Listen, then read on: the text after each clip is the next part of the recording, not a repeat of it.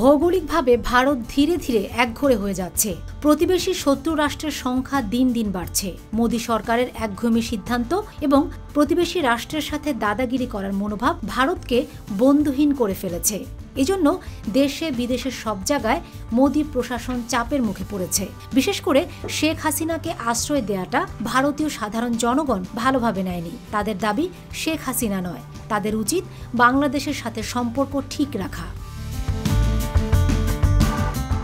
হাসিনা প্রীতি মোদীকে বিপদে ফেলেছে।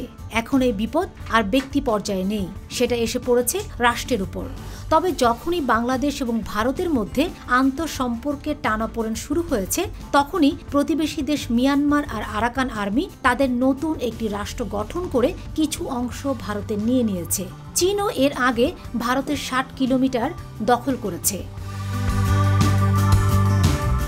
চীন এবং ভারতের সীমান্ত সমস্যা দীর্ঘদিনের। ভারত ও চীনের বিশেষ প্রতিনিধিরা ২০০৩ সালে সীমান্ত বিরোধ নিষ্পত্তির জন্য আলোচনা শুরু করেছিলেন। দীর্ঘ আলোচনার পর গেল বছর সীমান্ত সমস্যা নিরসনে ঐক্যমতে পৌঁছানোর কথা জানায় দুই দেশ। তবে কয়েক মাসের মধ্যেই সীমান্ত ইস্যুতে ফের সংকটে ভারত ও চীন। সবকিছু নিয়ে ভারত এখন শত্রু রাষ্ট্র দ্বারা পরিবেষ্টিত। ভারতের এখন দক্ষিণ এশিয়া বন্ধু নেই বললেই চলে। নেপাল একসময় ভারতের বন্ধু ছিল, কিন্তু নেপালের উপর অতিরিক্ত প্রভুত্ব কায়েম করতে যে নেপালের জনগণ ঝেঁটিয়ে বিদায় করেছে ভারতকে। পাশাপাশি শ্রীলঙ্কা, মালদ্বীপ, বার্মা, বাংলাদেশ, পাকিস্তান, চীন যতগুলো বর্ডার আছে, বর্ডার সংশ্লিষ্ট প্রত্যেকটি দেশের সাথে সম্পর্ক খারাপের দিকে যাচ্ছে ভারতের, যে কারণে মোদী প্রশাসনের এখন ঘুম হারাম। চীনের বিভিন্ন বার্তা সংস্থা গত বছরের ডিসেম্বরে জানায়, উত্তর পশ্চিমাঞ্চলে চীনের শিনজিয়াংয়ে দুটি প্রশাসনিক অঞ্চল প্রতিষ্ঠা করা হয়েছে।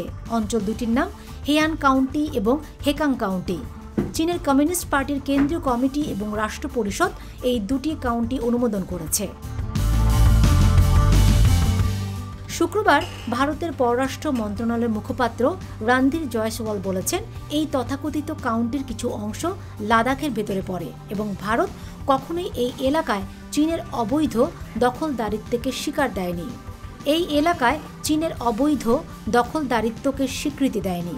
এরই মধ্যে বিষয়টি নিয়ে কূটনৈতিক চ্যানেলের মাধ্যমে বেইজিংয়ের কাছে আপত্তি ও প্রতিবাদ জানিয়েছে নয়াদিল্লি। তিনি আরও বলেন, লাদাখের ওই অংশ ভারতের ছিল এবং ভারতেরই থাকবে।